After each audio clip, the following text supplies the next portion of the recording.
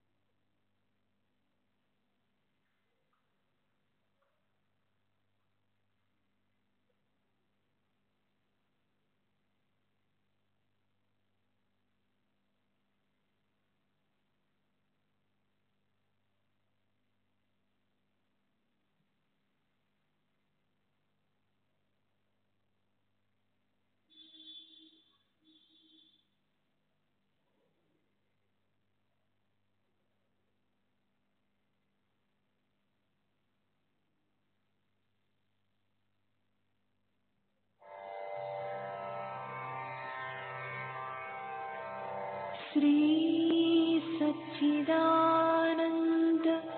सद्गुरु साईनाथ महाराज की जय।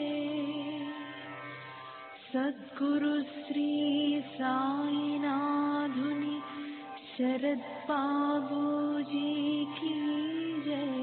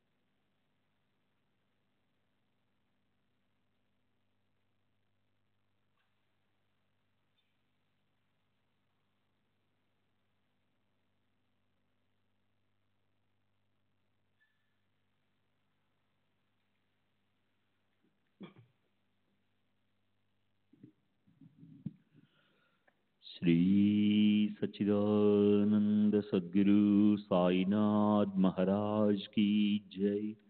सद्गुरु श्री साईनाथ शरद बाबू जी की जय। శ్రీ సాయి భక్త అనుభవ సంహిత జూలై 26వ తేదీ 1936. బాలకృష్ణ గోవింద ఉపాసనీ శాస్త్రి పదవీ విరమణ చేసిన సంస్కృత ఆచార్యుడు. వయసు సుమారు 69 సంవత్సరములు. బ్రాహ్మణుడు. తండ్రి గోవింద గోపాల ఉపాసనీ శాస్త్రి. శనివారపేట, పూనా. పూనాలో ప్లేగు వ్యాధి ప్రబలి ఉన్నప్పుడు మా కళాశాల కొన్ని నెలలు మూసివేశారు. అప్పుడు నేను నా భార్యను, అమ్మను తీసుకుని తీర్థయాత్రలకు బయలుదేరాను. హరిద్వార్, ఋషికేశ్ చూసుకుని తపోవన్కు వెళ్ళాము. అక్కడ ఒక సాధువు నా వైపే ప్రకాశవంతమైన కళ్ళతో తదేకంగా చూస్తుండడం గమనించాడు. అతనికి నమస్కరించాను. అతడు ఇంకా నన్ను పరికించి చూస్తూ, నీవు సతానాకు చెందినవాడివి కదా అని అడిగారు. మా పూర్వీకుల స్థలం సతానా కాబట్టి అవునని జవాబు చెప్పి తామెవరో చెప్పమని అభ్యర్థించాను. రేపు ఇదే సమయానికి ఇక్కడికి రా, నేను చెప్తాను అన్నారు. నేను బసకు వెళ్ళి ఈ విషయాన్ని మా అమ్మకు చెప్పారు. ఆమె కాసేపు ఆలోచించి, వారు మలహరేకు చెందిన అంటే మయూరపురకు చెందిన తమ వంశగురువు ఉద్ధవ్ మహారాజ్ అయి ఉంటారని భావించింది. ఆమె కూడా వారిని దర్శించాలన్న కోరికతో నాతో పాటు నిర్ణీత సమయానికి సాధువుని కలవాల్సిన ప్రదేశానికి వచ్చింది. 15 నిమిషాలు అక్కడంతా వెతికిన తరువాత సంచారి అయిన ఒక సాధువు కోసం వెతకడం వృధా ప్రయాస అని తలచి మా అమ్మ వెళ్ళిపోయింది. మా అమ్మ వెళ్ళిన మరుక్షణమే ఆ సాధువు నా ముందు ప్రత్యక్షమయ్యాడు. అతను గంభీరంగా, ఎప్పుడూ ఈ విధంగా నడుచుకోవద్దు అన్నారు. ఏ విధంగా నడుచుకోకూడదు అని అడిగారు. అతను, ఎవరిని రమ్మని ఆదేశిస్తారో వారు మాత్రమే రావాలి. భౌతికంగానే కాక ఇతర విషయాలలో కూడా ఒక వ్యక్తికి మరో వ్యక్తికి ఎంతో తేడా ఉంటుంది. ఏ ఇద్దరూ ఒకటిగా ఉండరు. అందువల్ల పిలిచిన వారు మాత్రమే రావాలి అన్నారు. ఇక మీద అదే విధంగా నడుచుకుంటానని వారికి మాట ఇచ్చి తామెవరో చెప్పమని అభ్యర్థించాను. నీవు నీ ఇంట్లో పూజించే దేవుళ్ళ మధ్య ఒక శాలిగ్రామం ఉంది కదా అని అడిగి దానిని యథాతథంగా వర్ణించారు. నేను ఉందని చెప్పాను. ఆ శాలిగ్రామమును ఉద్ధవ్ మహారాజుకు ఇచ్చింది నేనే. ఉద్ధవ్ మహారాజ్ దానిని అతడి మనవడికిచ్చాడు. అతను మీ తాతగారికి ఇచ్చాడని చెప్పాడు. ఆ శాలిగ్రామం నాకు వంశపారంపర్యంగా లభించింది. దానిని ఇంకా నేను పూజిస్తున్నాను. ఆ సాధువు చూడడానికి 50-60 సంవత్సరాల వయసున్నట్లుగా కనిపించారు. లావుగా, బలంగా, ఒంటిపై కేవలం కౌపీనం మాత్రం ధరించున్నారు. అప్పటికీ వారెవరన్నది నాకు నిర్ధారణ కాలేదు. అంతలో ఆయన తమ చేతులను ఊపుతూ నా దృష్టిని ఆకర్షిస్తూ, ఒక చెట్టుంది, ఇద్దరు దానిని ఎక్కారు. ఒకటి క్రిందికి వచ్చాడు, మరొకడు పైకి వెళ్ళాడు అన్నారు. అప్పటి వరకు మరాఠీలో మాట్లాడుతున్న వారు ఈసారి హిందూస్థానీలో మాట్లాడారు. చివరిగా వారు, నీవు తెలుసుకుంటావులే అని చెప్పి అదృశ్యమయ్యారు. ఇది జరిగిన చాలా సంవత్సరాల తరువాత 1910-11 ప్రాంతంలో వచ్చిన క్రిస్మస్ సెలవులలో నా తమ్ముడు కాశీనాథ్ను అంటే ఉపాసని బాబా వెతకడానికి ధూళి నుండి దక్షిణ వైపు బయలుదేరాడు. కాశీనాథ్ ప్రాణాయామం అభ్యసిస్తూ శ్వాసకు సంబంధించిన ఒక వింత జబ్బుకు గురయ్యాడు. అతను పడుకుంటే ఊపిరి ఆగిపోయేది. అందువల్ల పడుకోలేడు. తత్ఫలితంగా నిద్ర కరువైంది. జీర్ణశక్తి కూడా లోపించింది. దాంతో అతను ఇల్లు విడిచి వెళ్ళిపోయాడు. మాకు అతని జాడ తెలియలేదు. నేను రైల్లో మన్మాడ్ నుండి దక్షిణం వైపు వెళ్తున్నాను. ఆ రైలు కోపర్గాంలో కొద్ది నిమిషాలు ఆగినప్పుడు కోపర్గాం మామలద్దార్గా పనిచేస్తున్న నా స్నేహితుడు భట్ ప్లాట్ఫారంపై నన్ను కలిశాడు. తనతో ఒకరోజు ఆనందంగా గడపమని అక్కడికి దించేశాడు. అక్కడికి 6 మైళ్ళ దూరంలో ఉన్న షిరిడీలో సాయిబాబా అనే గొప్ప సాధువు ఉన్నారని, వారిని తప్పక దర్శించమని చెప్పి తన టాంగాలో షిరిడీకి పంపాడు. నేను మసీదుకి వెళ్ళాను. సాయిబాబా దుని దగ్గర నిలబడి అప్పుడప్పుడు తమ చుట్టూ తాము తిరుగుతూ ఉన్నారు. వారు నన్ను చూసి లోనికి రమ్మని పిలిచారు. నేను వెళ్ళి వారికి సాష్టాంగ ప్రణామం చేశాను. నన్ను పరికించి చూస్తూ ఖండోబా దేవాలయానికి వెళ్ళమన్నారు.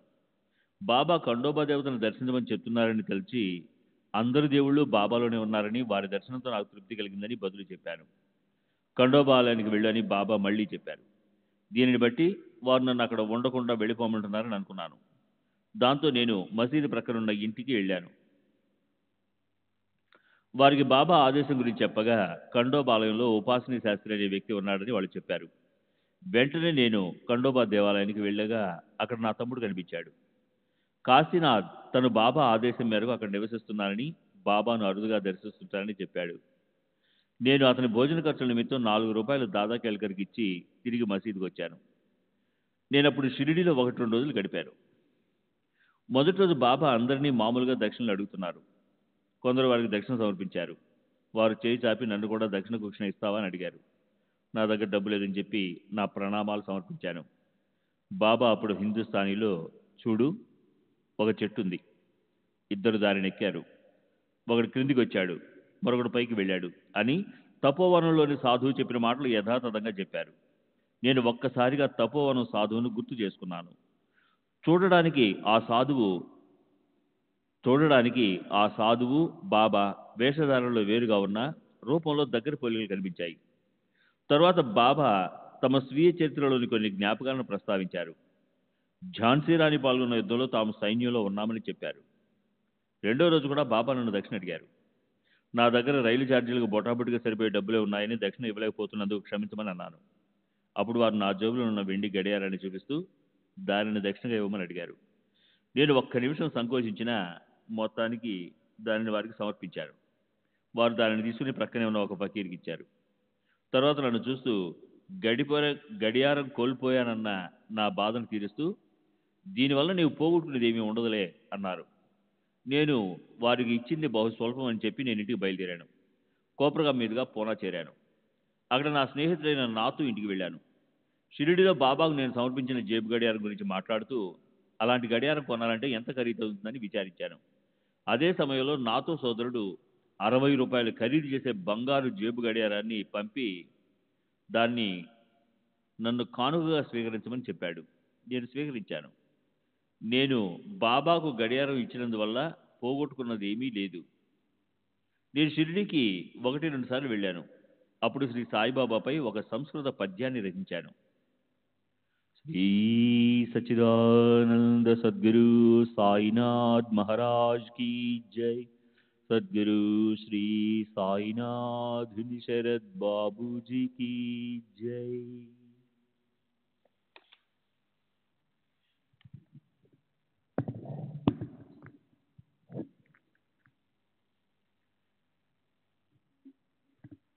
జూలై 27వ తేదీ 1936. బాలకృష్ణ రామచంద్ర ఖైరీకర్. వైదిక జీవనం. వయసు 70 సంవత్సరాలు. బ్రాహ్మణుడు.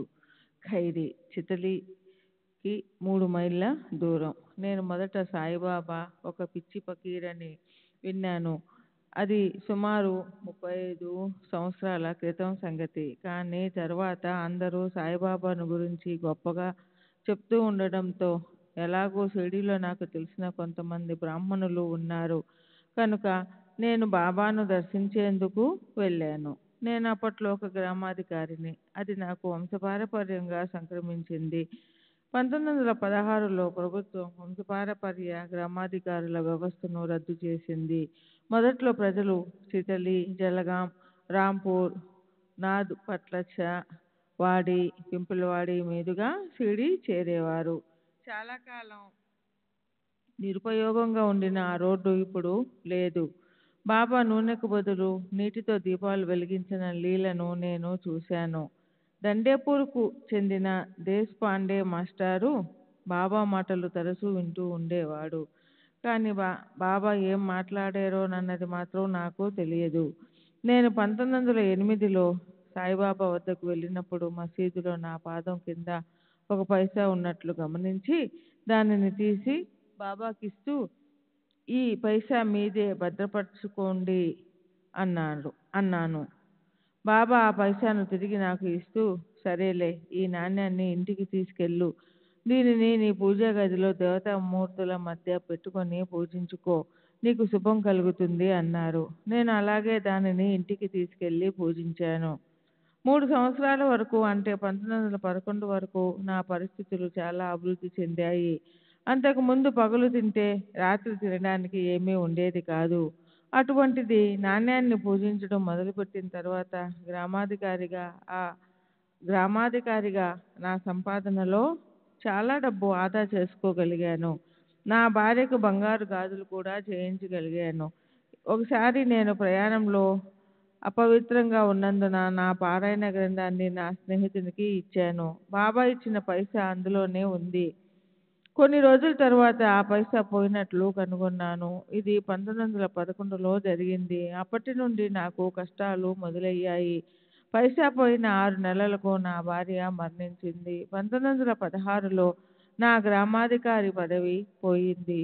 1917, 18లో మా అమ్మ కూడా మరణించింది. ఇప్పుడు నేను భిక్షాటనతో జీవిస్తున్నాను. నేను ప్రతి శ్రీరామనవమికి షిరిడీ వెళ్తూ ఉంటాను.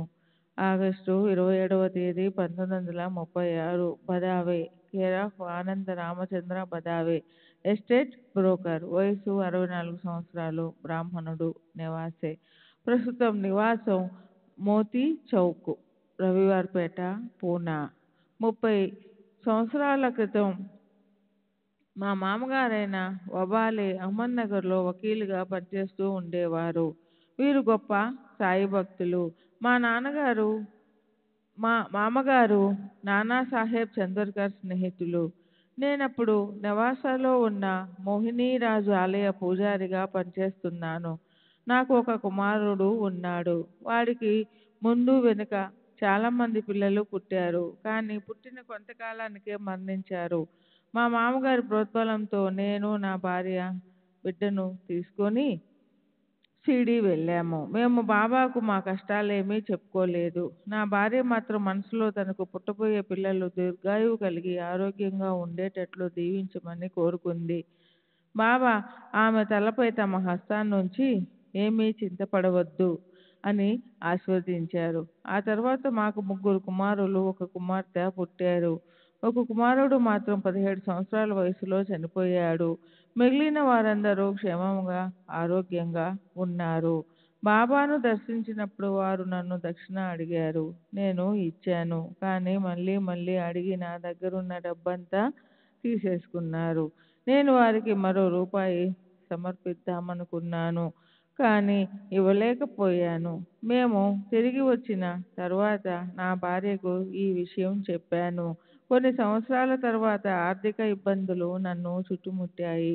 వృత్తిరీత్యా నేను కాళ్ళరిగేలా తిరిగినా ప్రయోజనం లేక కొద్దిపాటి డబ్బే లభించేది. ఆ సమయంలో నా భార్య నేను బాబాకు సమర్పించదలచి ఇవ్వలేకపోయిన రూపాయి విషయం గుర్తు చేసింది. నేను వెంటనే బాబాకు మనీ ఆర్డర్ ద్వారా రూపాయి పంపాను. అప్పటి నుండి నా ఆర్థిక పరిస్థితి మెరుగుపడసాగింది. ఎలాంటి ఆర్థిక ఇబ్బందులు, కష్టాలు లేకుండా నిశ్చింతగా గడపసాగాను. ఇది జరిగి 20 సంవత్సరాలు అయ్యింది. అప్పటికి బాబా సజీవులై ఉన్నారు. 1914లో నేను పూనా వచ్చాను. ఇక్కడ ఎస్టేట్ బ్రోకర్గా వ్యాపారం చేస్తున్నాను. నా కుమారులు కూడా చక్కగా వ్యాపారం చేసుకుంటున్నారు. సెప్టెంబర్ 1వ తేదీ 1936 శ్రీధర్ నారాయణ్ కరక్కర్, అకౌంటెంట్, సచివాలయం, వయసు 57 సంవత్సరాలు, కాయస్థ ప్రభు, నెంబర్ 37, చార్నీ రోడ్, ధానా. దైవభక్తి పరాయణుడైన మా తాతగారు నాకు చిన్నప్పటి నుండి భక్తిపూర్వకమైన విషయాలు, సనాతన ధర్మాలు బోధించేవారు. ఆ ప్రభావంతో నాకు ఆధ్యాత్మికతపై ఆసక్తి కలిగి సద్గ్రంథాలు చదువుతూ ఉండేవాడిని. ఓ సాయి భక్తుడైన డిప్యూటీ కలెక్టర్ శ్రీ అప్పా కులకర్ణి నాకు సాయిబాబా ఫోటో చూపించి వారి గురించి చెప్పారు. అలా నాకు మొదటిసారిగా శ్రీ సాయిబాబా గురించి తెలిసింది. ఒకరోజు నేను అనారోగ్యంతో ఉన్నప్పుడు దాభోల్కర్ సాయిలీలా మాసిక పత్రికలను, బాబా ఫోటోను, ఊదీని పంపాడు. ఆ మరుసటి రోజు నుండి నా ఆరోగ్యం బాగయ్యింది. అప్పటి నుండి నేను వారిని పూజించడం మొదలుపెట్టాను. క్రమేణా వారిపై భక్తి, విశ్వాసాలు పెరగసాగాయి. నాకు వచ్చిన ఒక కల వలన బాబాపై నమ్మకం ఏర్పడింది. దాభోల్కర్ పంపిన సాయిబాబా ఫోటోను పూజా గదిలో పెట్టడానికి తీసుకువెళ్ళాను. నేను ముందు నుండి పూజిస్తున్న అక్కల్కోట్ మహారాజు ఫోటో పక్కన బాబా ఫోటోను పెట్టడానికి ఉపక్రమిస్తున్నప్పుడు ముస్లిం ఫకీరైన సాయిబాబాను పవిత్ర హిందూ సాధువైన అక్కల్కోట మహారాజు పక్కన పెట్టడం భావ్యం కాదని మనసుకు తోచి దానిని కాస్త దూరంగా పెట్టాను. ఆ రోజు రాత్రి నాకు ఒక కల వచ్చింది. కలలోని విషయాలు ప్రొద్దున మర్చిపోయాను. కానీ నేను పూజ మొదలుపెట్టినప్పుడు ఆ విషయాలన్నీ ఒక్కసారిగా గుర్తుకు వచ్చాయి. కలలో నేను మరో వ్యక్తి వరండాలో కూర్చొని ఉన్నాము. ఒక ఫకీరు సాయిబాబా వలె దుస్తులు ధరించి మా వైపు వస్తున్నారు. వారిని ఆహ్వానించేందుకు నేను లేచి నిలబడ్డాను. నాలో భేదభావం పొడసూపిందో ఏమో దానిని గమనించి నా పక్కనున్న వ్యక్తి, వీరు సాయిబాబా, వీరికి అక్కల్కోట మహారాజుకి తేడా లేదు, ఇద్దరిని ఒకేలా పూజించుకో అన్నాడు. ఈ విషయం గుర్తొచ్చిన వెంటనే సాయిబాబా ఫోటోను అక్కల్కోట మహారాజు ఫోటో పక్కనే పెట్టి పూజించసాగాను. అనతి కాలంలోనే బాబా దయ వలన నాకు, నా కుటుంబ సభ్యులకు బాబాపై భక్తి విశ్వాసాలు ఎన్నో రెట్లు వృద్ధి చెందాయి. నేను బాబాను గురించి లభ్యమైన పుస్తకాలన్నిటినీ చదివాను. నా భార్య, పిల్లలు కూడా బాబా నిత్య పూజ ఆరంభించారు. నేను ఇంట్లో లేని సమయాలలో బాబా నిత్య పూజకు ఆటంకం కలగకుండా కుటుంబ సభ్యులలో ఎవరో ఒకరు శ్రద్ధగా పూజ నిర్వహించేవారు. చాలా సంవత్సరాల నుండి మా అమ్మ నా దగ్గర లేకుండా మరో చోట ఉండేది. బాబా అనుగ్రహం వల్ల ఆమె మనసు మారి నా దగ్గరకు వచ్చి నివసించసాగింది. మొదట్లో ముస్లిం ఫకీరైన సాయిబాబాను కలవడం కానీ, షిరిడీ వెళ్ళి వారిని దర్శించడం కానీ ఆమెకు నచ్చేది కాదు. అందువల్ల ఆమెను వదిలి మేము మాత్రం షిరిడీ వెళ్ళేవాళ్ళం. కానీ బాబా ఆమెలో క్రమేణా పరివర్తన తెచ్చారు. 2-3 సంవత్సరాల తర్వాత 1933లో మా అమ్మ షిరిడీ సాయి మందిరాన్ని దర్శించాలన్న తన కోరికను నా భార్య, కుమార్తె వద్ద వెలిబుచ్చి షిరిడీకి తీసుకువెళ్ళమని అడిగింది. ఆమెలో వచ్చిన మార్పును చూసి ఎంతో ఆనందించి ఆమెను షిరిడీకి తీసుకెళ్ళాము. ఆమె షిరిడీలోని ప్రదేశాలు చూసి ఎంతో సంతోషించింది. సనాతన ఆచారాలను ఖచ్చితంగా పాటించే ఆమె బాబాను పూజించేందుకు తన ఛాందస భావాలను వదులుకుంది. ఆమె షిరిడీ నుండి తిరిగి వచ్చిన కొంతకాలానికే ఠానాలో ఉన్న మా ఇంట్లో అంతిమ శ్వాస విడిచింది. సాయిబాబా ఎంతో దయతో ఆమెలో మార్పు తెచ్చి చనిపోయే ముందు ఆమెకు తన సమాధి దర్శనం చేయించారు.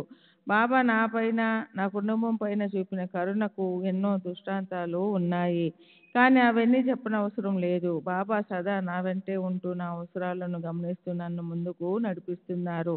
బాబా మా కుటుంబ సభ్యులపై ఎంత దయ చూపించేవారో కేవలం 2 దృష్టాంతాల ద్వారా తెలియజేస్తాను. నా 2వ కుమారుడు గోవిందు షిరిడీ వెళ్ళి సమాధి మందిరాన్ని, ద్వారకామాయిని చూడాలని తపించిపోయేవాడు. మాతో సన్నిహితంగా ఉండే శ్రీ జి.బి. ధాతర్ కుటుంబం 1934 శ్రీరామనవమి ఉత్సవాలకు షిరిడీ వెళ్తున్నప్పుడు వారితో గోవిందును పంపాము. గోవిందు ద్వారకామాయికి వెళ్ళాడు. అక్కడ ఏ మూల నిల్చున్నా మనసులోకి చొచ్చుకొని పోయి చూస్తున్నట్లుగా ఉండే బాబా తైలవర్ణ చిత్రం వద్ద తానొక్కడే ఉన్నాడు. అతను అమిత ఆనందంతో ఆ చిత్రాన్ని చూస్తూ కళ్ళు మూసుకున్నాడు. అప్పుడు వచ్చావా అనే ఆప్యాయమైన పలకరింపు ఒకటి వినిపించింది. కనులు తెరిచి చూశాడు. అక్కడెవరూ లేరు. తను ఒంటరిగా ఉన్నాడు. దయామయుడైన బాబానే తనను ప్రేమగా పలకరించినట్లు గ్రహించాడు. శ్రీ సచ్చిదానంద సద్గురు సాయినాథ్ మహారాజ్ కీ జై. సద్గురు శ్రీ సాయినాథ్ శరత్ బాబూజీ జై. 8 సంవత్సరాల క్రితం నా కుమార్తె గర్భవతిగా ఉన్నప్పుడు ప్రసవానికి ఆమెను తానా నుండి 3 మైళ్ళ దూరంలోనున్న మా స్వగ్రహం కరకు తీసుకెళ్ళాము. అక్కడ ఎలాంటి వైద్య సదుపాయాలు లేవు. ఆమెకు ప్రసవం కష్టమైంది. గర్భంలోని శిశువు చనిపోయి ఉంటుందని, అందుకే బిడ్డ బయటికి రావటం లేదని నా భార్య చెప్పింది. ఈ మాటలు విన్న తర్వాత మాకు ఆందోళన ఎక్కువైపోయింది. తానేలోని ప్రసవం చేయించకుండా ఎలాంటి వైద్య సౌకర్యాలు లేని ఆ కుగ్రామానికి ఆమెను తీసుకొచ్చినందుకు మా బంధువులందరూ నన్ను తప్పుపట్టారు. అప్పుడు రాత్రి 2 గంటలై ఉంటుంది. నా కుమార్తె నొప్పులతో తీవ్రంగా బాధపడుతుంది. అందరూ ఏం చేయటానికి తోచక ఆందోళన పడుతున్నారు. అకస్మాత్తుగా నాకు బాబా ఊది మహిమ గుర్తుకు వచ్చింది. నా భార్య వెంటనే బాబా ఊది తీసుకెళ్లి కూతురు నుదుటిపై రాసింది.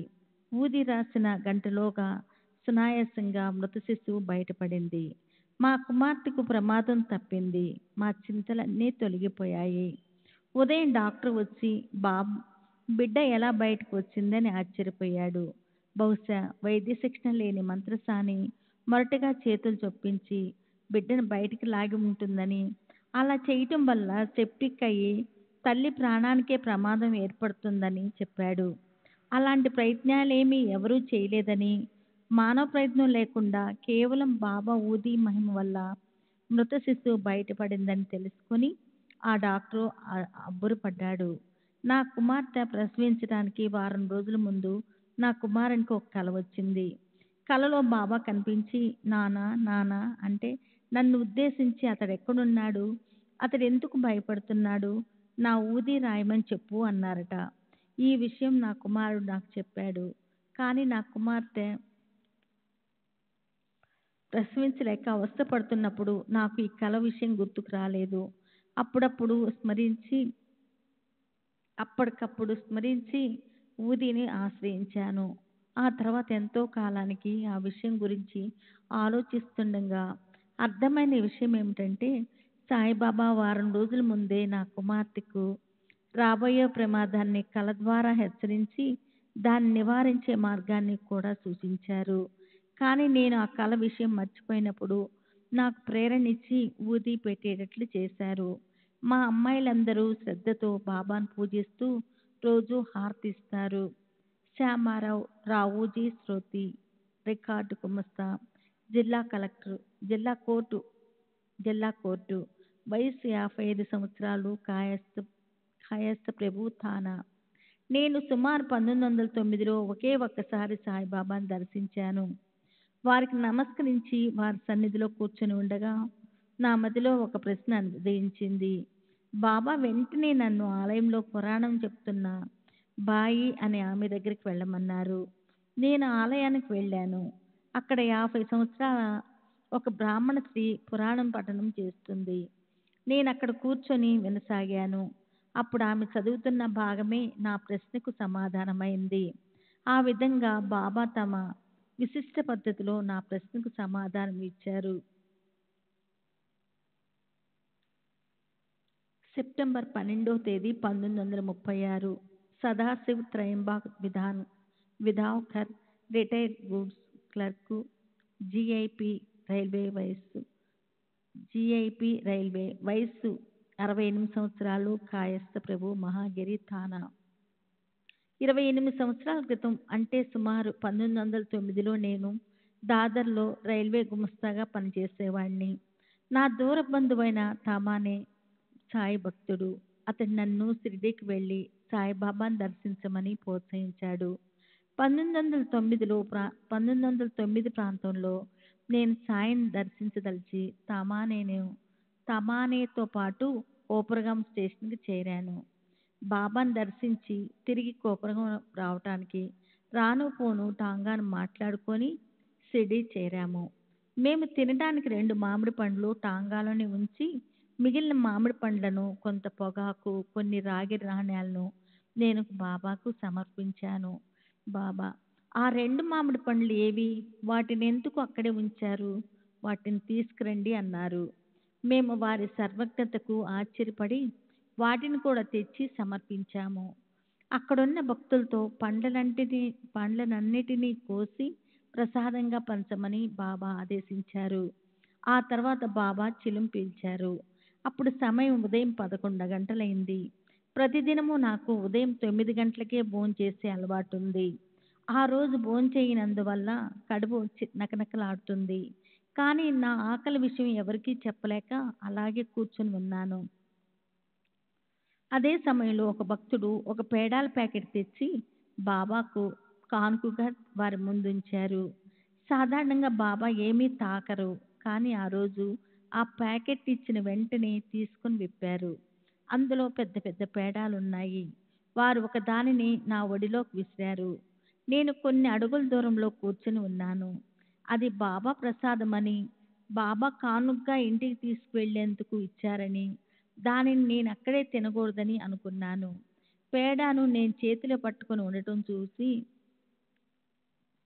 ఉండటం చూసిన బాబా అది ఇచ్చింది దాచుకోవటానికి కాదు అన్నారు. నేను దాన్ని తిన్నాను. నా ఆకలి సగం తీరింది. బాబా మళ్ళీ ఇంకో పేడ విసిరారు. కనీసం దేనినైనా ప్రసాదంగా తీసుకెళ్లదలిచి చేతిలో పట్టుకొని ఉన్నాను. కానీ బాబా మళ్ళీ అది ఇచ్చింది దాచుకోవటానికి కాదు అని అన్నారు. నేను దానిని కూడా తిన్నాను. నా ఆకలి పూర్తిగా తీరిపోయింది. ఇక బాబా పేడాలను విసరను లేదు, ఎవరికి పంచను లేదు. బాబా మొదట నా ఆకలి విషయం, తర్వాత నా అర్ధాకలి విషయం, ఆ తర్వాత నా ఆకలి పూర్తిగా తీరిపోయిన విషయం నేను చెప్పకపోయినా తెలుసుకున్నారు. మధ్యాహ్నం హారతి జరిగిన తర్వాత నాకు తమానేకు భోజన విషయం సమస్యగా తయారైంది. అప్పుడు వంట చేసుకొని తినటానికి సమయం మించిపోయింది. కానీ త్రికాలజ్ఞులైన బాబాకు మేము అక్కడికి వస్తున్న విషయం ముందే తెలుసు. అందుకే ఆ రోజు ఉదయం రిటైర్డ్ మిమ్మల్తారే ఇంటికి బాలాసాహెబ్ బాటే కాబోలు తాము ఆ రోజు భోజనానికి వస్తున్నట్లు బాబా చెప్పారట. అందువల్ల అతను భోజన పదార్థాలు ఎక్కువ వండించి తయారుగా ఉంచాడు. హారతి అయిన తర్వాత బాబా మా ఇద్దరిని 3వ అతిథిగా ఒక బ్రాహ్మణ్ణి ఇంటికి తీసుకువెళ్ళి భోజనం పెట్టమని అతన్ని ఆదేశించారు. మేం బాబా ప్రతినిధులుగా వెళ్ళటంతో మాకు ఎంతో సంతృప్తికరంగా భోజనం వడ్డించారు. మమ్మల్ని ఆ అధికారి ఇంటికి పంపే ముందు బాబా నన్ను చూపించి, ఇతను అనవసరంగా చింతపడుతున్నాడు, కానీ ఇతని పని ఎప్పుడో జరిగిపోయింది అని ఆ అధికారితో చెప్పారట. అతను నాతో ఈ విషయం చెప్పి నేను ఏ పని కోసం వచ్చానో తెలపమన్నాడు. నేను బాబా నుండి ఉపదేశం పొందటానికి వచ్చినట్లు అతనితో చెప్పాను. సాధారణంగా భక్తులను వచ్చిన రోజే వెళ్ళటానికి బాబా అనుమతించరని, అందరూ చెప్తున్నారు. కానీ 2 కారణాల వల్ల ఆ రోజే తప్పక వెళ్ళాల్సిన అవసరం ఉంది. మొదటిది, మేము కోపర్గాం వెళ్ళకపోయినా టాంగా వాడికి తిరుగు వాడుగా ఇచ్చి తీరాలి. రెండవది, నేను ఆఫీస్లో అనారోగ్యంగా ఉందని చెప్పి రావడంతో మరుసటి ఉదయం దాదర్లోని రైల్వే మెడికల్ ఆఫీసర్ ఎదుట హాజరు కావాల్సి ఉంది. మధ్యాహ్నం మమ్మల్ని తిరిగి కోపర్గాం తీసుకెళ్ళటానికి టాంగా వాడు తొందర పెట్టసాగాడు. మేము అతన్ని మరికొంతసేపు ఆగమని చెప్పి మసీదులోనికి వెళ్ళాము. ఈలోపు టాంగావాలా అక్కడ కూడా వచ్చాడు. బాబా అతని వైపు చూసి తొందర ఏమిటి అని చెప్పి పంపేశారు. నా రెండవ ఇబ్బంది కూడా బాబాకు తెలుసు కాబట్టి మాకు సెలవు ప్రసాదించారు. బాబా నన్ను ఊదీ తీసుకుని వెళ్ళమన్నారు. నేను ఊదీ తీసుకుని బయలుదేరాను. నేను మసీదు నుండి వచ్చేటప్పుడు చింతపడకు, నీ పని పూర్తయింది అన్నారు. నేను వచ్చింది బాబా నుండి ఉపదేశం పొందటానికి, కానీ వారు నాకు ఏ ఉపదేశమూ ఇవ్వలేదు. మరి పూర్తయిందని చెప్తున్న పని ఏమిటో నాకు అర్థం కాలేదు. నేను దాదర్ తిరిగి వచ్చాను. 7-8 రోజుల తర్వాత నాకు ఒక కల వచ్చింది. ఆ కలలో ఇండోర్లో నివసిస్తున్న మా వంశగురువు నాకు ఉపదేశం ఇవ్వటానికి మా ఇంటికి వచ్చినట్లు కనిపించింది. నాకు వారు వస్తున్నట్లు ఏ ఉత్తరం కానీ సందేశం కానీ లేదు. కానీ ఈ కల వచ్చిన కొన్ని రోజులకు అకస్మాత్తుగా మా వంశగురువు ఆఫీస్కు వచ్చాడు. నేను వారిని సాదరంగా ఆహ్వానించి ఇంటికి తీసుకెళ్ళాను. నాకు వచ్చిన కల విషయం ఆయనకు తెలిపాను. ఆ కల విషయం తనకు తెలుసునని, తాను వచ్చింది ఉపదేశం ఇవ్వటానికని చెప్పారు. కానీ ఆ విషయం అప్పటికే ఎలా తెలుసో చెప్పలేదు. ఆ మరుసటి రోజు శాస్త్రోక్తంగా నాకు శివమంత్రాన్ని ఉపదేశించారు. నేను శైవుణ్ణి కాబట్టి నాకు శివమంత్రాన్ని ఉపదేశించారు. వారు మరో విషయం కూడా తెలిపారు. తాము చాలా రోజుల క్రితమే నాకు ఉపదేశం ఇవ్వాలని నిర్ణయించినట్లు చెప్పారు. బాబా మాటలు ఎంత శక్తివంతమైనవంటే, నేను షిరిడీలో ఉన్నప్పుడే నాకు ఉపదేశం ఇవ్వటానికి వీరికి, అంటే షిరిడీకి ఎంతో దూరం ఉన్న ఇండోర్లో నివసించే వీరు బాబాను ఎన్నడూ దర్శించలేదు. బాబా ప్రేరణ కలిగించారని, అందుకే నా పని పూర్తయినట్లు బాబా చెప్పారని గ్రహించాను.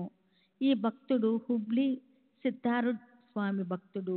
ఇతడు 1909లో బాబా దర్శనం చేసుకున్న తర్వాత ఒక్కసారి మాత్రమే 1935లో షిరిడీ వెళ్ళి బాబాకు కృతజ్ఞతలు అర్పించి వచ్చారు. శ్రీ సచ్చిదానంద సద్గురు సాయినాథ్ మహారాజ్ కీ జై. సద్గురు శ్రీ సాయినాథని శరత్ బాబూజీకి జై. సెప్టెంబర్ 13వ తేదీ 1936. దత్తాత్రేయ విఠల్ వైద్య, ఖజానా గుమాస్తా, ధానా కలెక్టరేట్. వయస్సు 25 సంవత్సరాలు. కాయస్థ ప్రభు. తండ్రి విఠల్ ఎన్ వైద్య, ధానా. నా తండ్రి విఠల్ ఎన్ వైద్య రిటైర్డ్ రైల్వే ఉద్యోగి. కరాచీలో నివసిస్తుండేవారు. వారు ఎప్పటి నుండో సాయిబాబా భక్తులు. కానీ ఆయన బాబాతో తనకున్న అనుభవాలను ఇతరులతో పంచుకోవడానికి ఇష్టపడేవారు కాదు. మా నాన్న మొదటి షిరిడీ యాత్ర నా చిన్నతనంలో జరిగింది. అప్పటి విషయాలు గుర్తుంచుకునే వయసు కూడా నాకు లేదు. షిరిడీ బయలుదేరే రోజు నా సోదరి చబుకు తీవ్రంగా జ్వరం వచ్చింది. అనారోగ్యంతో ఉన్న పసిబిడ్డను తీసుకుని ప్రయాణం చేయడం మంచిది కాదని బంధువులందరూ చెప్పారు. కానీ మా నాన్న లెక్క చేయకుండా బాబాపై ఉన్న నమ్మకంతో అందరినీ తీసుకుని బయలుదేరాడు. మేము కళ్యాణ్ స్టేషన్ చేరేటప్పటికి చబుకి జ్వరం తగ్గిపోయింది. ఆ విధంగా మా నాన్న బాబాపై పెట్టుకున్న నమ్మకం బలపడింది. మా నాన్న మసీదుకి వెళ్ళి బాబాను దర్శించుకున్నాడు. ఆయన మరుసటి ఉదయం ఉద్యోగ విధులకు హాజరు కావలసి ఉంది. సరి అయిన సమయానికి బొంబాయి చేరుకోవాలంటే తాను వెళ్ళదలచిన రైలును కోపర్గాంలో అందుకోవాలి. మా నాన్న బాబా వద్దకు వెళ్ళి అనుమతి కోరాడు. ఆ మరుసటి దినం ఆఫీసుకు వెళ్ళవలసి ఉన్నందున వెంటనే బయలుదేరాలని కూడా విన్నవించుకున్నాడు. కానీ బాబా అనుమతి ఇవ్వలేదు. దాదాపు 4 గంటల పాటు షిరిడీలోనే ఉంచిన తరువాత వెళ్ళమని ఆదేశించారు.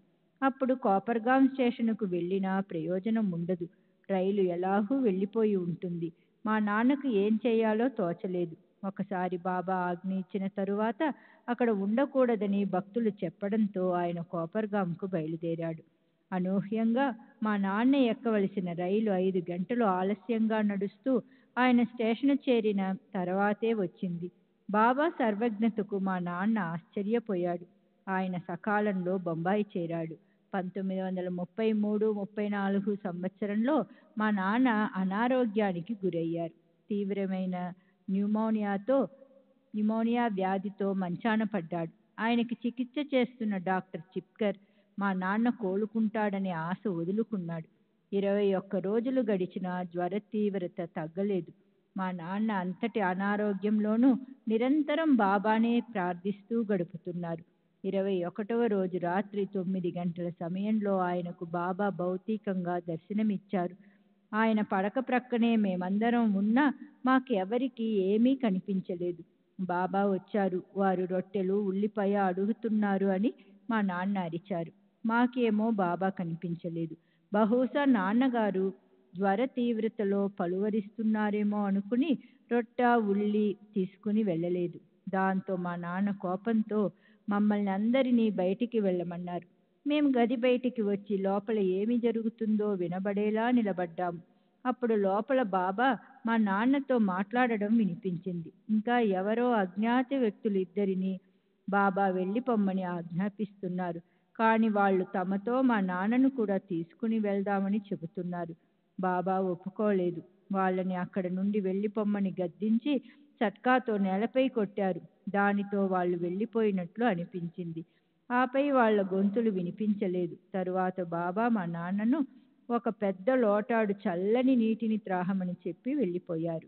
మా నాన్న నన్ను లోనికి పిలిచి చల్లని మంచినీళ్లు తెమ్మన్నారు. డాక్టర్ చల్లని నీళ్లు త్రాగవద్దని చెప్పినందువల్ల నేను కాస్త తటపటాయించాను. మా నాన్న పట్టుబట్టడంతో బాబా మాటలపై నమ్మకమున్న మా అమ్మ చల్లని నీరు తెచ్చి ఇచ్చింది. మా నాన్న 2-3 కప్పులు నీళ్లు త్రాగారు. వెంటనే ఆయనకి చెమట పట్టి జ్వరం తగ్గనారంభించింది. వెంటనే మేము డాక్టర్కు కబురు పెట్టగా అతడు వచ్చి పరీక్షించాడు. చల్లని నీళ్లు త్రాగడంతో జ్వరం తగ్గిపోయింది అని తెలుసుకున్న డాక్టర్ ఆశ్చర్యానికి అవధులు లేవు. ఒక ఇంజెక్షన్ ఇచ్చి వెళ్ళిపోయాడు. తిరిగి మరుసటి రోజు వచ్చి పరీక్షించి ఇక వారికి ఏ ప్రమాదము లేదని తేల్చి చెప్పాడు. ఇలా బాబా తమ దర్శనం ద్వారా సహాయం అందించి మా నాన్న ప్రాణాలను కాపాడారు. అంతకుముందు కూడా మా నాన్న కష్ట సమయాలలో ఉన్నప్పుడు బాబా తనకు కనిపించి రొట్టె ఉల్లిపాయలు అడిగారని చెప్పేవారు. గత సంవత్సరం అనగా 1935లో మా చెల్లెలు చబూకు వివాహం చేయదలచారు. తగిన సంబంధం కోసం వెతుకుతూ మా నాన్న ఆందోళన పడసాగారు. ఒక సంబంధం కుదిరినట్లు అనిపించి చివరికి ఏదో కారణం వల్ల చెడిపోయింది. దీనితో మా నాన్న మరింతగా ఆందోళన పడసాగారు. తన కుమార్తె వివాహం జరిపించమని బాబాను ఎప్పటిలాగే ఆర్తిగా ప్రార్థించాడు. ఒకరోజు మా నాన్నకు కలలో బాబా కనిపించి పండరీపురం వైపు నుండి తనకు ఒక ఉత్తరం వస్తుందని, ఆ సంబంధం కుదురుతుందని చింతపడవద్దని చెప్పారట. అలాగే బాబా చెప్పిన 15 రోజులకు డింగ్రే అనునతడు పండరికి చెందిన దీక్షిత్ అను యువకుడితో చబూ వివాహ విషయంగా ఉత్తరం రాశాడు. త్వరలోనే ఆ సంబంధం కుదిరి వివాహం కూడా జరిగిపోయింది. సెప్టెంబర్ 14వ తేదీ 1936 శంకర్ బల్వంత్ కుహూజ్కర్, బిఏ గుమాస్తా, బొంబాయి కలెక్టర్ కార్యాలయం. వయస్సు 41 సంవత్సరములు. కాయస్థ ప్రభు దాన. కీర్తిశేషులైన మా నాన్నగారు బలవంత్ సి కుహూజ్కర్ మమల్తదారుగా రిటైర్ అయ్యారు. మా నాన్న 1911లో షిరిడీ వెళ్ళి బాబాను దర్శించారు. బాబా ఆయనను పితృవాత్సల్యంతో ఆదరించారు. బాబా ప్రేమగా మా నాన్న వీపు తట్టి మఠంలోనే అనగా షిరిడీలోనే ఉంటావా అని అడిగారు. మా నాన్న షిరిడీలో సుమారు వారం రోజులు గడిపారు. సెలవు తీసుకునేందుకు అనుమతి కోసం బాబా దగ్గరికి వెళ్ళినప్పుడు నీవు ఎక్కడికైనా వెళ్ళు, నేను నీ వెంటే ఉంటాను అని అన్నారు. అప్పటి నుండి మా నాన్నకు ఏ ఆపద వచ్చినా బాబా కాపాడేవారు. కొన్ని నెలల క్రితం ఆయన చనిపోయారు. అంతవరకు బాబా రక్షణలోనే ఉన్నారు. మా నాన్న ఒక్కసారి మాత్రమే షిరిడీ వెళ్ళారు. 1911లో మా నాన్న షిరిడీలో ఉన్నప్పుడు దత్త జయంతి వచ్చింది. ఆ రోజు సాయంత్రం సుమారు 5 గంటల సమయం అప్పుడు బాబా మసీదులో భక్తులతో కూర్చుని ఉన్నారు. ఉన్నట్లుండి బాబా నాకు ప్రసవ నొప్పులు వస్తున్నాయి, బాధ భరించలేకుండా ఉన్నాను, నేను ప్రసవించబోతున్నాను అన్నారు. బాబా దత్తాత్రేయుని తల్లి అనసూయమాతతో దాదాప్యం చెంది ప్రసవ వేదన అనుభవిస్తున్నట్లు స్పష్టమైంది. సంఘటన జరిగిన కొద్దిసేపటికి సంధ్యా సమయంలో బాబా భక్తులందరినీ బయటికి వెళ్ళమని ఆదేశించారు. భక్తులందరూ బయటికి వెళ్ళారు. కొంత సమయం గడిచిన తరువాత భక్తులను లోనికి రమ్మని పిలిచారు. ఆ సమయంలో బాబా ఎంతో ఆనందంగా ఉన్నారు. అప్పుడు భక్తులందరూ లోనికి వెళుతుండగా మా నాన్న మాత్రం నేరుగా మసీదు లోపలికి వెళ్ళారు. అక్కడ బాబా గద్దెపై బాబాకు బదులు 3 శిరస్సుల దత్తాత్రేయ శిశువు మా నాన్నకు కనిపించారు. ఆ దృశ్యం క్షణకాలం మాత్రమే నిలిచింది. తిరిగి చూసేసరికి అక్కడ బాబా యథారూపంలో కప్నీదారి అయి కనిపించారు. పురాణం ప్రకారం దత్తాత్రేయుడు జన్మించింది సంధ్యా సమయంలోనే. ఇది చూసిన తరువాత మా నాన్న ఎటువంటి అనుభూతికి లోనై ఉంటారో ఊహించవచ్చు. ఆయనకు బాబా దత్త స్వరూపులని నిదర్శనం దొరికింది. తరువాత మా నాన్న ఊరికి బయలుదేరే రోజు బాబా దగ్గర సెలవు ఊది తీసుకుని రోడ్డుకు మసీదుకి మధ్యనున్న వీధులు ఇళ్ళు అన్నీ దాటుకుని మెయిన్ రోడ్డుకు చేరాడు. అప్పుడు మా నాన్న మదిలో బాబాను చూడటం ఇదే చివరిసారి అవుతుందేమోనన్న తలంపు వచ్చింది. మరొక్కసారి వారిని చూస్తే బాగుండును కదా అని కోరుకుంటూ లెండి వైపు చూశాడు. అక్కడ లెండి కంచె నుండి తొంగి చూస్తూ బాబా ముఖం కనిపించింది. అద్భుతాల కల్లా అద్భుతం. బాబాను తమ మసీదులో దర్శించి వచ్చాడు. బాబా తనతో పాటు గాని తనను అనుసరించి గాని రాలేదు. అయినప్పటికీ బాబాను మరోసారి దర్శించాలనే కోరిక జనించిన మరుక్షణం మసీదుకి 100-150 గజాల దూరమున్న లెండి వద్ద బాబా రూపం కనిపించింది. మా నాన్న బాబాను చూడడం అదే చివరిసారి. అందుకే బాబా మా నాన్నతో వెళుతున్నావా, మంచిది వెళ్ళు అన్నారు. అప్పుడు నేను మా నాన్నతో షిరిడీ వెళ్ళలేదు, కానీ పై అనుభవాన్ని ఆయన నాకు మరీ కొందరికి చెప్పాడు. బాబా వద్ద నాకున్న అనుభవాలు చాలా కొద్ది మాత్రమే. చిన్నప్పుడు నేను బాబా ఫోటోను జేబులో పెట్టుకుని ఉండేవాడిని. అప్పటి నుండి నా చదువులో జీవితంలో అంతా మంచే జరిగింది. తరువాత ఆ ఫోటోను మా చెల్లెలికి ఇచ్చాను. నేను ఇప్పటికీ బాబాను పూజిస్తూనే ఉన్నాను. 1930లో ప్రాణాంతకరమైన సంఘటన ఒకటి జరిగింది. నేను విరేచనాలతో బాధపడుతున్నప్పుడు నిద్రమత్తులో నీళ్లనుకుని ఫినాయిల్ను త్రాగేశాను. అది ప్రమాదానికి దారితీసింది. 4 రోజులు స్పృహ లేకుండా పడి ఉన్నాను. నాకు చికిత్స చేస్తున్న డాక్టర్ చిప్కర్ నేను చనిపోతానని భయపడ్డాడు. 4 రోజుల తరువాత స్పృహ వస్తున్న సమయంలో నాకు ఒక దృశ్యం కనబడింది. పహిల్వానులా కనిపించే ఒక ముస్లిం యువకుడు నేను పడుకొని ఉన్న గది గోడలను నేలను బెత్తంతో కొడుతూ కనిపించాడు. నా దైవం శ్రీ సాయిబాబానే వచ్చి నా ప్రాణాలను కాపాడారని నిర్ధారించుకున్నాను. 1934లో నాకు షిరిడీ వెళ్ళి బాబా సమాధిని ద్వారకామాయిని దర్శించాలని బలమైన ప్రేరణ కలిగింది. షిరిడీ వెళ్ళి ద్వారకామాయిలో బాబా చిత్రపటాన్ని చూసిన వెంటనే నా శరీరమంతా విద్యుత్తు ప్రవహించినట్లుగా అనుభూతి కలిగింది. ఆ చిత్రపటాన్ని తదేకంగా చూడలేకపోయాను. భగవంతుడు ఇక్కడ ఉన్నాడు అన్న భావనతో నా మనసు నిండిపోయింది. సెప్టెంబర్ 15వ తేదీ 1936 రామచంద్ర రామకృష్ణ సామంత్, బిఏ, భూస్వామి, వయస్సు 45 సంవత్సరాలు, బ్రాహ్మణుడు, టన్నర్ రోడ్డు, బాంద్రా. నా జీవితంలో 3 సార్లు మాత్రమే సాయిబాబాను దర్శించాను. మొదటిసారి 1912వ సంవత్సరం గురు పూర్ణిమకు మా మామగారైన అన్నాసాహెబ్ దబోల్కర్తో పాటు నేను, నా భార్య వెళ్ళాం. మా మామగారు తన కుమార్తెను అల్లుడిని షిరిడీకి తీసుకొస్తానని మొక్కుకొన్నారట. మొక్కు తీర్చడానికి నన్ను రమ్మని చెబితే వారి వెంట వెళ్ళాను. అంతేగాని నాకు అప్పుడు సాయిబాబాపై పెద్దగా నమ్మకం లేదు. మా తల్లిదండ్రుల వైపు నుండి సాయిబాబాతో అనుబంధం లేదు, కానీ మా కుటుంబంలో ఆధ్యాత్మిక పారమార్థిక సంపద మెండుగా ఉంది. మా ముత్తాత లక్ష్మణ్ అర్జున్ సామంత్ భగత్ విఠలుని పరమ భక్తుడు. తరచూ పండరి యాత్రలకు వెళ్ళేవాడు. ఆయన ప్రతి ఆషాఢ కార్తీక మాసాలలో పండరి యాత్రకు తీసుకువెళ్లిన బట్టలు, నడుముకు కట్టుకునే కాషాయ దట్టి, పూజా సామాగ్రి మొదలైనవి వారసత్వ జ్ఞాపకాలుగా భద్రపరచబడ్డాయి. నేను వారి కాషాయ దట్టిని పండరి తీసుకెళ్లి చంద్రబాహ నదిలో ముంచి తెచ్చేవాడిని. మా తాతగారు విఠల భక్తుడే కాక శివ దీక్షాపరుడు కూడా. నిత్యం మధ్యాహ్న సమయాలలో ఏకాగ్రతతో శివమంత్రాన్ని జపించేవాడు. నేను వారి ముద్దుల మనవడిని అయినప్పటికీ వారు జపం చేస్తున్నప్పుడు వారి దగ్గరికి వెళ్ళే సాహసం లేదు. రాత్రిళ్ళు హరిపద చదివేవాడు, వేకువజామున భజన నిర్వహించేవాడు. ఆయన 59 సంవత్సరాలకే పరమపదించారు.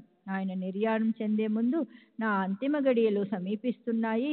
ధవళ వస్త్రధారి అయిన విఠలుడు నన్ను వైకుంఠానికి తీసుకెళ్లడానికి అక్కడ పెట్టెపై కూర్చుని వేచి ఉన్నారు. వారు నాకు గటిక కాలం అనగా 24 నిమిషాలు మాత్రమే మీకు వీడ్కోలు పలకడానికి సమయమిచ్చారు అని పలికి తన కొడుకులు, కుమార్తెలు మొదలైన వారిని ఒకరి తరువాత ఒకరిని పిలిచారు. శోకిస్తున్న మా నాన్నగారిని దగ్గరకు పిలిచి విచారించవద్దని, ధైర్యంగా ఉండమని చెప్పారు. వారు తమ కుమార్తెలను దగ్గరికి పిలిచేటప్పుడు వారి అసలు పేర్లతో గాక గంగా, భగీరథి మొదలైన తీర్థాల పేర్లతో పిలిచి వీడ్కోలు పలికారు. నన్ను దగ్గరకు పిలిచి నేను వారిని తలచిన వెంటనే నాతోనే ఉండి నన్ను కాపాడుతూ ఉంటామని ఆశీర్వదించారు. నేను వారిని తలిచిన వెంటనే నాతోనే ఉండి నన్ను కాపాడుతూ ఉంటామని ఆశీర్వదించారు. వారు పలికిన మాటలు వారివి కావు. తుకారాం, రామదాసు మొదలైన సత్పురుషుల ప్రవచనాలను నాకు తగినట్లుగా అన్వయించారు. ఈ విధంగా అత్యంత భక్తిపూర్వక సంభాషణల తరువాత వారు ప్రశాంతంగా కన్నుమూశారు. వారు తప్పక వైకుంఠానికే వెళ్ళి ఉంటారు. ఈ సంఘటన 1899లో జరిగింది. మా నాన్న అంతటి ఆధ్యాత్మిక ప్రగతిని సాధించలేదు. వారు పండరీపురం దర్శించారు. కుటుంబ సంప్రదాయాలకు అనుగుణంగా ఇంటిలోని ప్రతి ఒక్కరూ తమ జీవితకాలంలో ఒక్కసారైనా పండరీపురం దర్శించి తీరాలని చెప్పేవారు. వారు 1911లో మరణించారు. వారు చివరి శ్వాస విడిచేంత వరకు ఎరుకలోనే ఉన్నారు. దక్షిణం వైపు చూపిస్తూ నన్ను తీసుకెళ్లడానికి వారు వచ్చి ఉన్నారు అని చెప్పి అంతిమ శ్వాస విడిచారు. ఈ విధంగా నా చిన్నతనమంతా పవిత్ర పారమార్థిక భావాలతో నిండిపోయింది. కానీ నేను విద్యను అభ్యసించిన వాతావరణం యొక్క బలమైన ప్రభావం ఈ భక్తి భావాలన్నింటినీ తుడిచివేయడమేగాక వ్యతిరేక భావాలను జనింపజేసింది. 1911 జూన్లో నా వివాహ సమయమప్పుడు వంశపారంపర్యంగా వచ్చిన కిడ్నీ వ్యాధితో బాధపడసాగాను.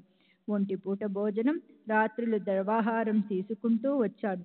అప్పుడే బాబా మహిమల గురించి వినడం వల్ల సాయి భక్తి బీజాలు మొలకెత్తసాగాయి. కానీ ఆధ్యాత్మికత పట్ల ఉన్న వ్యతిరేకత పోయి స్తబ్దత మాత్రం కొనసాగుతుంది. మా మామగారిని, ఇతరులను అనుసరిస్తూ నా పరిసరాలకు అనుగుణంగా నడుచుకుంటుండేవాడిని. ఇతరులు బాబాకు నమస్కరిస్తే నేను వారికి నమస్కరించేవాడిని. ఒకసారి మసీదులో ఉన్నప్పుడు మాధవరావు బాబాకు నమస్కరించమని నాతో చెప్పాడు. నేను నమస్కరించాను. నా అంతరంగం ఎరిగిన బాబా ఒత్తిడి చేస్తే తప్ప ఇతడు గురుపాదాలకు నమస్కరించడు. చాలా పడయలా నేటే లహాతో అని అన్నారు. ఆ సున్నితమైన ఒత్తిడి ద్వారానే బాబా నాలో క్రమంగా మార్పు తెచ్చారు. బాబా కృప వల్ల నాకు ఎంతో మేలు జరిగి బాబా పట్ల నమ్మకం పెరగసాగింది. నా వ్యాధి మూలంగా నేను అందరి వల్ల అన్ని వేళల్లో ఆహారం తీసుకోలేనందువల్ల శుష్కించిపోతున్నానని, వ్యాధి నివారణ చేయమని బాబాను అర్థించగా నేను త్వరలోనే స్వస్థత పొందుతానని అల్లా అచ్చా ఖరేహా అన్నారు. నేను మితాహారం తీసుకుంటూ ముందు జాగ్రత్త కొరకు అప్పుడప్పుడు మందులు తీసుకుంటూ క్రమం తప్పకుండా మూత్ర పరీక్షలు చేయిస్తూ వచ్చాను. త్వరలోనే వ్యాధి నయమై మామూలుగా ఆహారం తీసుకోవడం మొదలు పెట్టాను. బాబా మాటలు నిజమయ్యాయి. నేను మొదటిసారి బాబాను దర్శించిన 11 నెలలకు అంటే 5/6/1913 నాకు తొలి సంతానంగా ఆడపిల్ల జన్మించింది. అదే సంవత్సరం బస్సేస్లోనున్న తుంగరేశ్వర్ దేవస్థానం యొక్క కమిటీ చైర్మన్గా నేను నియమించబడ్డాను. 1915 గురు పూర్ణిమకి నా బాబాను రెండవసారి దర్శించాను. ఈసారి కూడా మా మామగారితో, నా భార్యతో కలిసి వెళ్ళాను. ఈసారి షిరిడీ దర్శనంలో చెప్పుకోదగిన అనుభవాలు ఏమీ కలుగలేదు. కానీ 1915 ఫిబ్రవరిలో జరిగిన సంఘటన చెప్పుకోతగింది. నా ఎరుకలో లేకుండా నిగూఢ రీతిలో బాబా నన్ను ఎలా కాపాడుతున్నారో నాకు తెలిసింది. ఆ సంఘటన వివరిస్తాను. శ్రీ సచ్చిదానంద సద్గురు సాయినాథ్ మహారాజ్ కీ జై. సద్గురు శ్రీ సాయినాథ్ నిసరత్ బాబూజీ కీ జై. श्री सच्चिदानंद सद्गुरु साईनाथ महाराज की जय। सद्गुरु श्री సాయినాథ్ శరత్ బాబూజీకి జై. ఫిబ్రవరి నెలలో ఒకరోజు ఆర్నాలలో ఉన్న మా ఇంటిలో పండుకొని ఉన్నాను. అప్పుడే అనారోగ్యం నుండి మెల్లగా కోలుకుంటున్నాను. మంచం మీద నుండి లేవబోతూ అకస్మాత్తుగా మూర్ఛ వచ్చి పడిపోయాను. నా భార్య, ఇతర కుటుంబ సభ్యులు నా చుట్టూ నిలబడి ఇది ఏ ప్రమాదానికి దారి తీస్తుందో ఏమోనని భయపడుతున్నారు. ఆ సమయంలో నాకు ఒక దృశ్యం కనపడింది. యమదూతల వలె కనిపించే 8-10 నల్లని ఆకారాలు నా చుట్టూ మూగాయి. వారు డాలు బల్లలు పట్టుకుని ఉన్నారు. వారెందుకో నన్ను కొట్టి హింసిస్తున్నారు. నాలో నేను, ఏమిటి ఇదంతా, ఎందుకు వాళ్ళు నన్ను కొడుతున్నారు అని అనుకోసాగాను. కానీ వాళ్ళు నన్ను ఎంత కొడుతున్నా బాధేమీ తెలియడం లేదు. ఇంతలో గదిలోకి ఒక వెలుగు వచ్చింది. ఆ వెలుగు నుండి ఒక హస్తం ముందుకు వచ్చి ఆ ఆకారాల అన్నిటినీ ఒక పక్కకు ఈడ్చివేసింది. ఆ నల్లని ఆకారాలు ఆ వెలుగుకు దూరంగా గౌరవభావంతో నిలబడ్డాయి. ఆ హస్తం క్రిందగా తెల్లటి కప్ని కొంత భాగం కనిపించింది. అంతేకాక ఒక వింతైన పరిమళం గదంతా వ్యాపించింది. తర్వాత నాకు స్పృహ వచ్చి కళ్ళు తెరిచాను. క్రింద పడటం మూలంగా నాకెలాంటి గాయాలు కాలేదు. నా కంటి అద్దాలు మాత్రం పగిలిపోయాయి. నా చుట్టూ చేరి ఉన్న కుటుంబ సభ్యులందరూ బాబానే నన్ను కాపాడారని నమ్మారు. నాకు మాత్రం అప్పుడు బాబాపై అంతటి నమ్మకం కలగలేదు. 1927లో నారాయణ మహారాజ్ మహిమ చవిచూసిన తరువాతే బాబాపై దృఢ నమ్మకం ఏర్పడింది. ఆ రోజు నన్ను రక్షించిన అమృతహస్తం సాయిబాబాదే అని గుర్తించాను. 1918 అక్టోబర్లో బాబా మహాసమాధి చెందడానికి వారం 10 రోజుల ముందు మేము షిరిడీ వెళ్ళి బాబాను దర్శించాము. నా 2 పిల్లలతో పాటు నా ఇతర కుటుంబ సభ్యులను కూడా తీసుకెళ్లాను. దురదృష్టవశాత్తు షిరిడీలో నా కుమారులిద్దరూ నీళ్ల విరేచనాలతో బాధపడసాగారు. మామూలుగా అలాంటి పరిస్థితుల్లో పూర్తిగా ఆహారం ఇవ్వకపోవడం కానీ లేదా ద్రవహారం ఇవ్వడం కానీ చేస్తారు. కానీ ఈ విషయం బాబాకు చెబితే వాళ్ళకి సిరా తినిపించండి అన్నారు. పిల్లలు సిరా తిన్నారు. వారం రోజుల్లో వాళ్ళకి ఆరోగ్యం చేకూరింది. మా మామగారు కూడా ఒకసారి జబ్బు చేసినప్పుడు బాబా ఆదేశం మేరకు నిషిద్ధమైన ఆహారాన్ని తీసుకున్నారు. బాబా ఆజ్ఞానుసారం నడుచుకున్నందువల్ల ఎటువంటి హాని కలగలేదు. 1918లో బాబా నన్ను మొదటిసారి దక్షిణ అడిగారు. అలా ఎన్నోసార్లు అడిగారు. నేను వారు అడిగినంత మొత్తాన్ని ఇచ్చాను. వారు నన్నెప్పుడూ ఇతరుల దగ్గర అప్పు తీసుకుని దక్షిణ సమర్పించమని ఒత్తిడి చేయలేదు. అటువంటి ప్రదేశాలలో అప్పు చేయటం నాకు ఇష్టం ఉండదు. నా జేబులోని డబ్బులన్నీ అయిపోక మునిపే వారు నన్ను దక్షిణ అడగడం మానివేసేవారు. మరొక విశేషం ఏమంటే, నాకు ఆధ్యాత్మికత పట్ల అపనమ్మకం జనించిన సమయాలలోనే నన్ను దక్షిణ అడిగేవారు. వారు దక్షిణగా అడిగే 25, 15, 10 సంఖ్యలలో ఏదైనా అంతరార్థం ఉందో లేక ఆ సంఖ్యలు ఏ విషయాన్నైనా సూచిస్తున్నాయో కూడా నాకు అర్థమయ్యేది కాదు. బాబా ఒక్కొక్కసారి వాడకెళ్ళి కూర్చో అని ఆదేశించేవారు. నేను వారి మాటలను యథాతథంగా తీసుకొని మేము ఉంటున్న బూటీవాడకు వెళ్ళి మా మామగారి వద్ద కూర్చునేవాడిని. కానీ చాలా కాలం తర్వాత బాబా మాటలకు అర్థం వాడలో జరిగే పురాణ పఠనంలో కూర్చో అని తెలుసుకున్నాను. మానవత్వం దైవత్వం కలగలిసిన స్వరూపమే శ్రీ సాయిబాబా. దైవత్వం, దైవశక్తులు వారిలో ఒక భాగమని నా అభిప్రాయం. సాయిబాబాపై నాకు ఇలాంటి గొప్ప విశ్వాసం కలగడానికి మరో సంఘటన దోహదపడింది. 1926 ఆగస్టులో నా కుమారుల్లో ఒకనికి తీవ్ర అనారోగ్యం కలిగి దీర్ఘకాలం కొనసాగింది.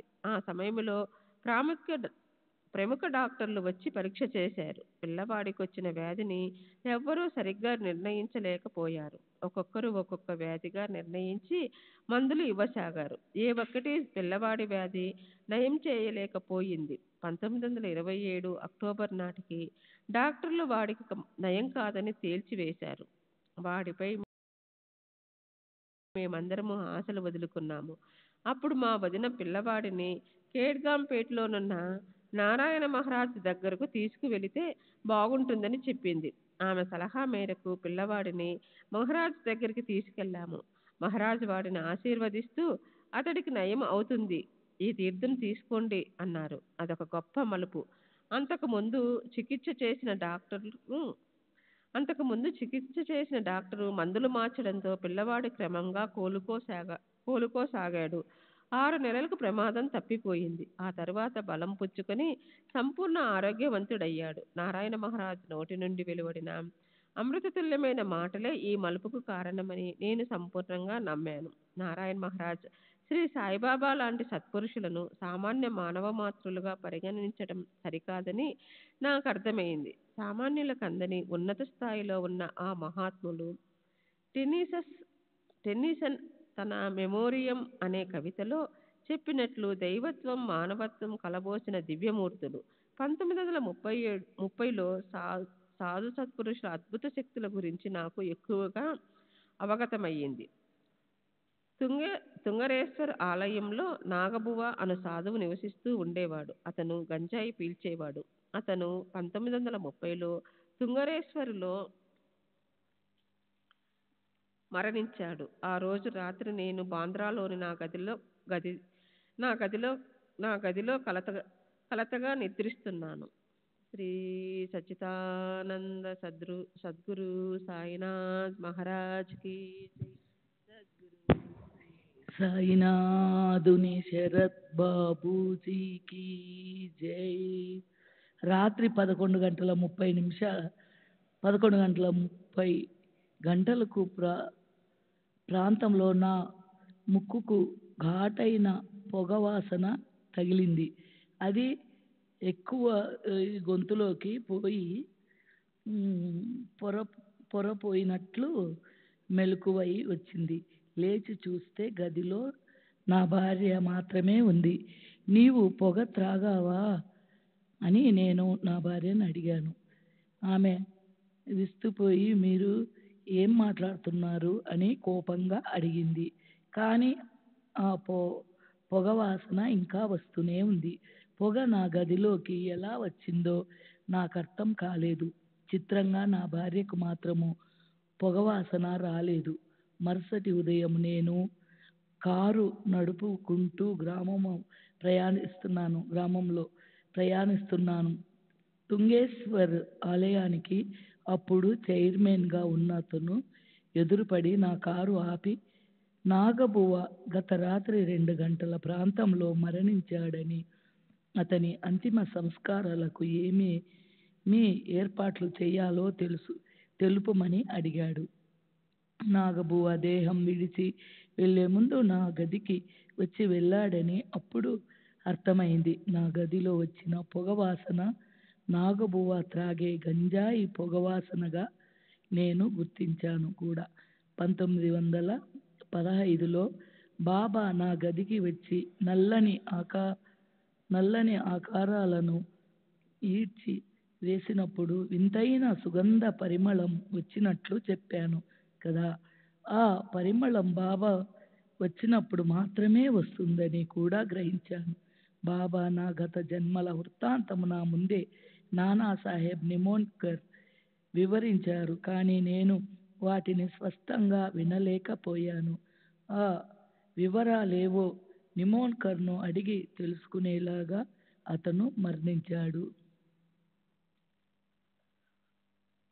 సెప్టెంబర్ 16వ తేదీ 1936.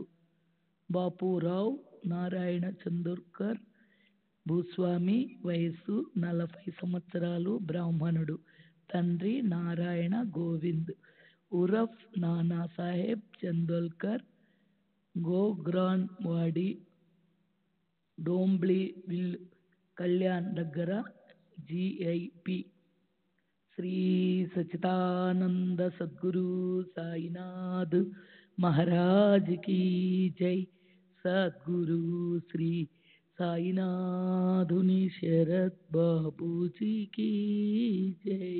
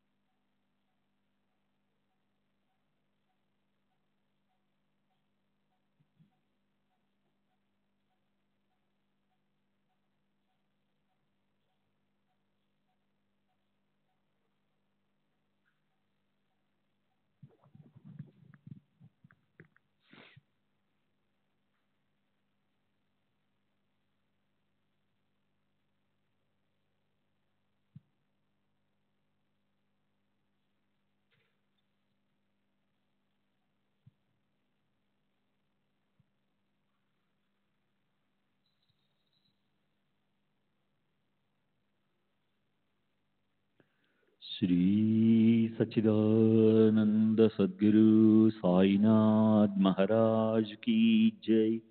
सद्गुरु श्री साईनाथ शरद बाबू जी की जय। साई रहम नजर करना, बच्चों का पालन करना। साई रहम नजर करना, बच्चों का पालन करना। जाना तुमने जगत पसारा, सब ही झूठ जमाना। जाना तुमने जगत पसारा, सब ही झूठ जमाना।